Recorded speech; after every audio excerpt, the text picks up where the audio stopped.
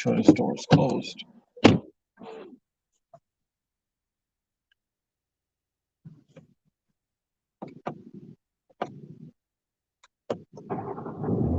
We can fall out later.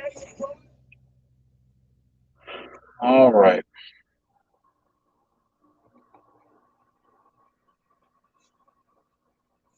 The 44th installation of Genius Take the Wheel is one that I would probably characterize as middle income. It's the best word that I can come up with to describe the tone or what I'm feeling doing this stream, making this video. You know, I just came from a Coheed show about a week ago, and I made a couple of new friends right there on the rail. I can't get wrong car. My gear is by my hip, not on the stalk. Okay. So anyway,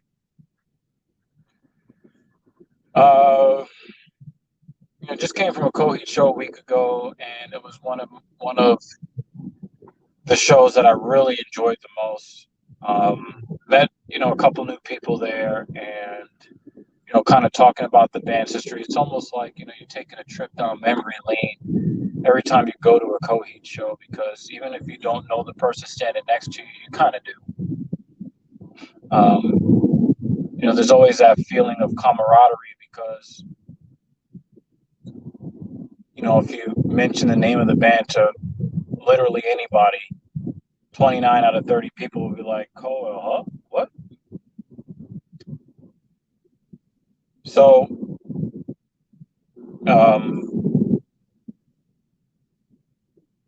we're talking about the history of the band, and I think they weren't really familiar with the fact that when Coheed and Cambria was having a really tough time during the touring portion, supporting Good Apollo 1.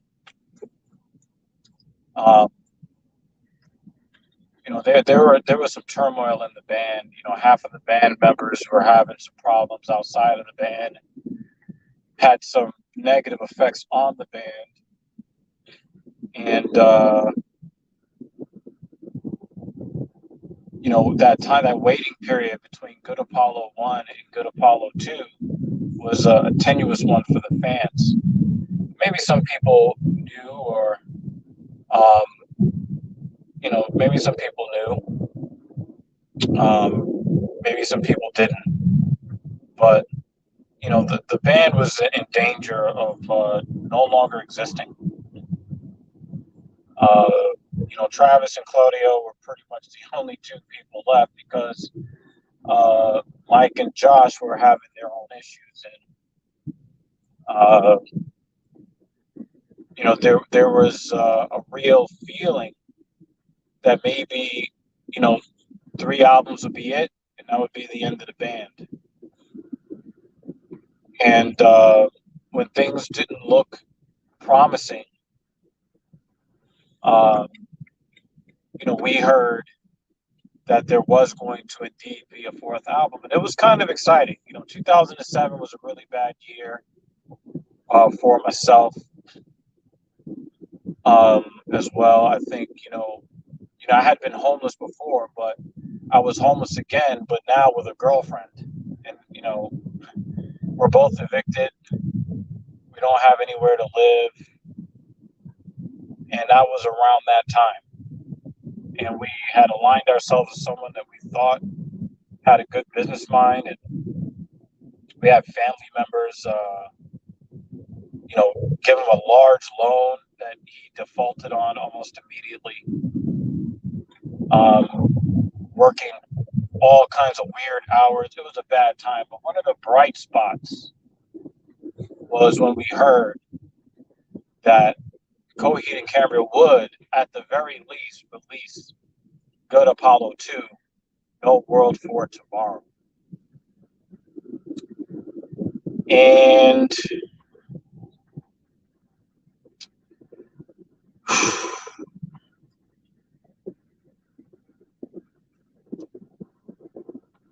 When we heard how the band was going to continue, Mike had come back, and we heard that we were going to be getting this ridiculously talented drummer in Chris Penny from a band called the Dillinger Escape Plan.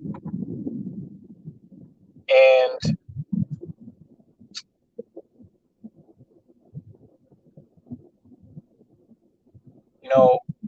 it was really exciting. Like, wow, we're going to get somewhat of a new sound.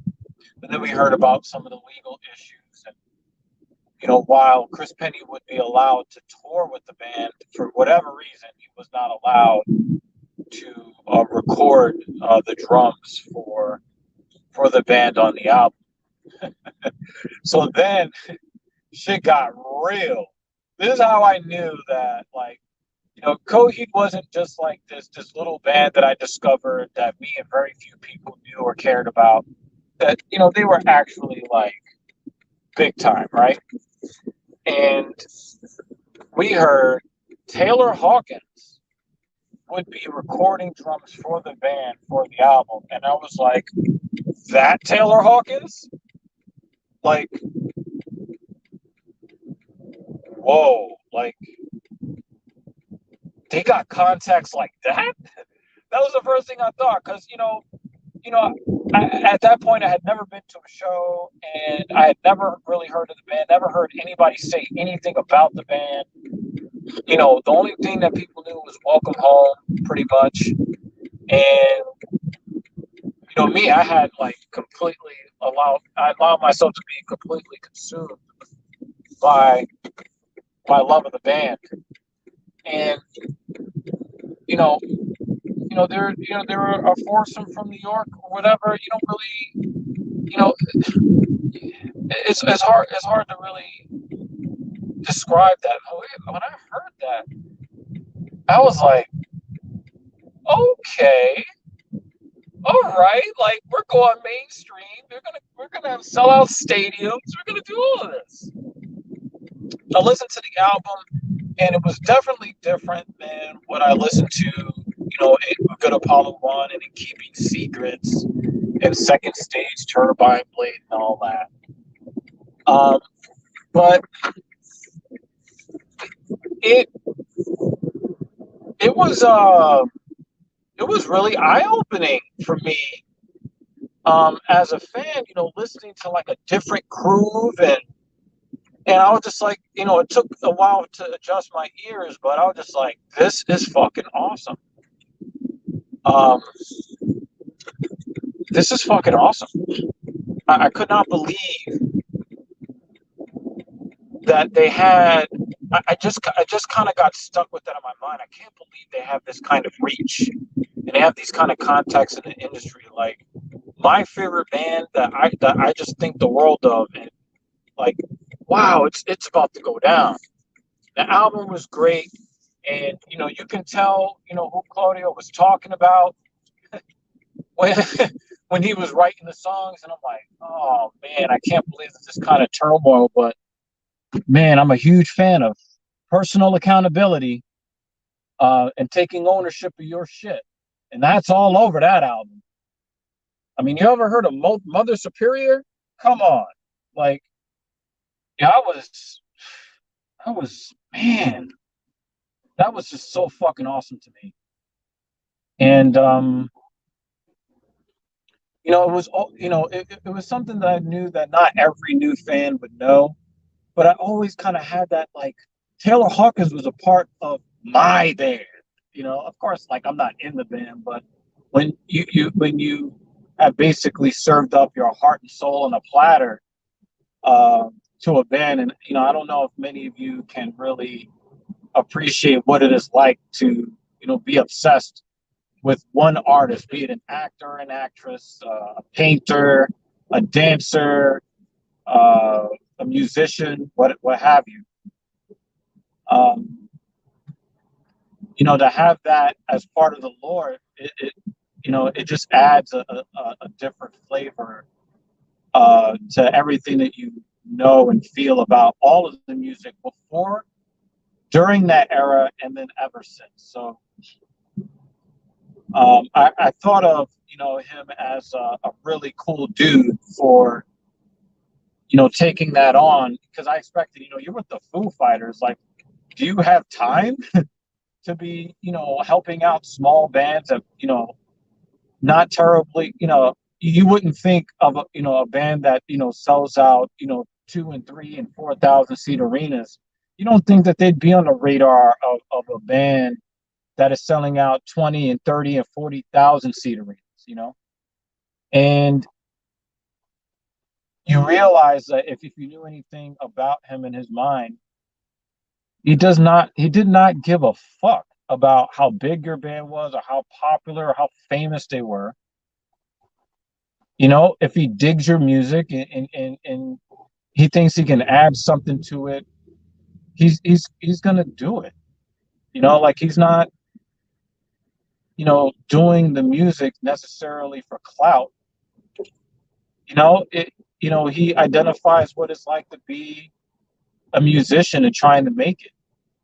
And he dug what Claudio and Travis and Mike were trying to do on the album, and working with another drummer in Chris, because him and Chris worked on that project together to lay down the percussion for the album. And just like, gee, like that's just fucking awesome. It hits you with the warm and fuzzies, even if you're the most gangster nigga out there. It still kind of hits you right there that people would look out for each other in that way.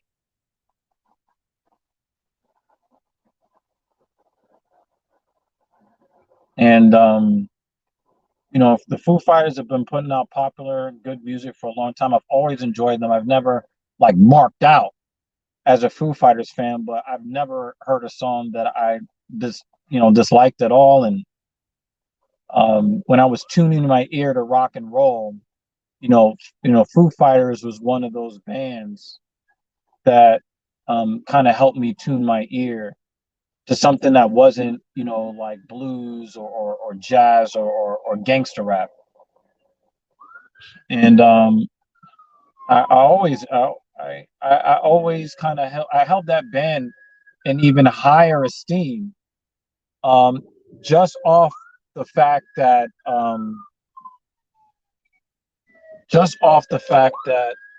I got an ambulance behind me and I'm about to blow this light.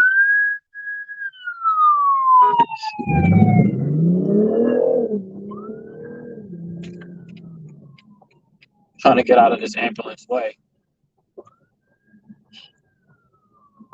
Um, and then you're living your life. You're going to Coheed shows. You're doing your thing. You go on the social media, very much like if the fans that know the Afterman. In that cold blue glare. Like you learn of like somebody that you value, and man, it hurts. I always get chills. I try to avoid listening to that song because it's just a little bit too painful. I just feel too much in that song. And then it happens. You learn of somebody again that you value. You just kind of go on the Facebook and you see it and you hope that it's a fucking lie. You hope it's a lie, and it's not. It's reality. And he's gone. It's just, that's it. He's gone. It's and you think about the passion that he had for music and such, and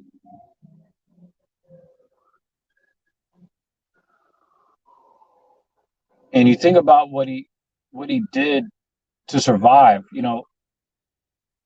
almost 20 years ago, he almost lost his life in an overdose. And I've read articles about him reclaiming his life, and just understanding, like, maybe drugs have their place, but maybe they weren't really meant for him, the way that he would use them, or whatever. And then he dies the way that he does, and alone in a hotel room, in some unfamiliar place, when you think that you have your whole life ahead of you. That's it's it's really it really sucks. Sorry, I have to find my hazard lights. um Music lost a true artist. Somebody who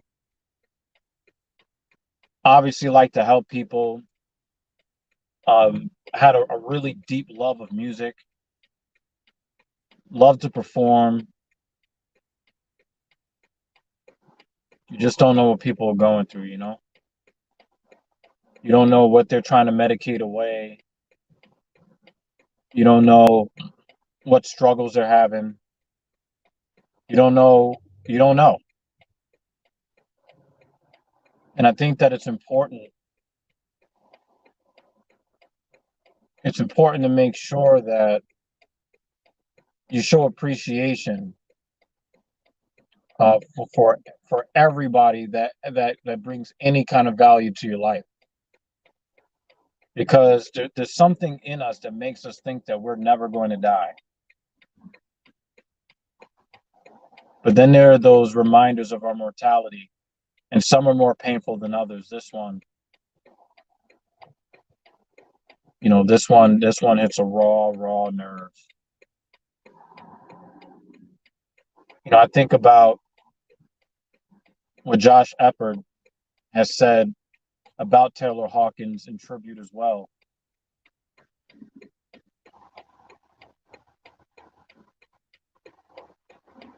Wow.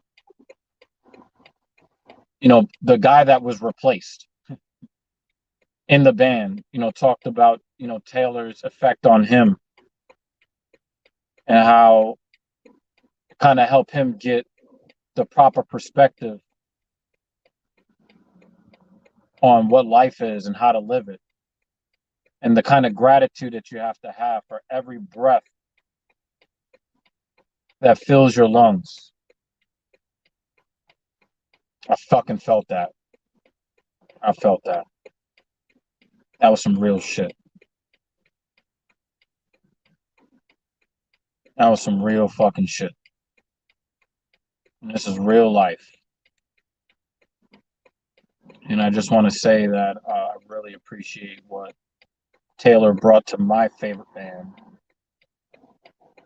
and for being such a talented musician for a band that I think almost everybody likes. I mean, really hard to find a person that says, "Oh, the Foo Fighters suck." I've never heard anybody say that. Nickelback, on the other hand, is a different story.